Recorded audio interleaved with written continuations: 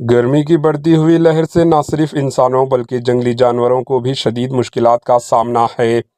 ریاست کیرالہ کے منار میں جنگلی ہاتھیوں کا ایک گروپ جو شدید گرمی، بھوک اور پیاس کو برداشت کرنے سے قاصر تھا، اپنے قدرتی مسکن چھوڑ کر خوراک کی تلاش میں منار شہر کے قریب آیا۔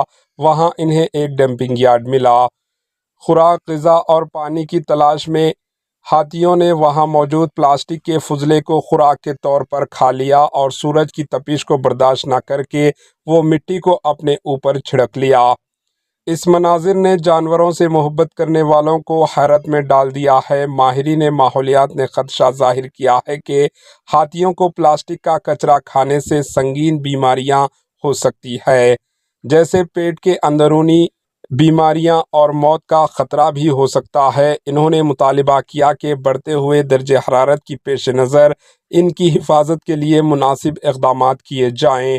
Bureau report, AHN news.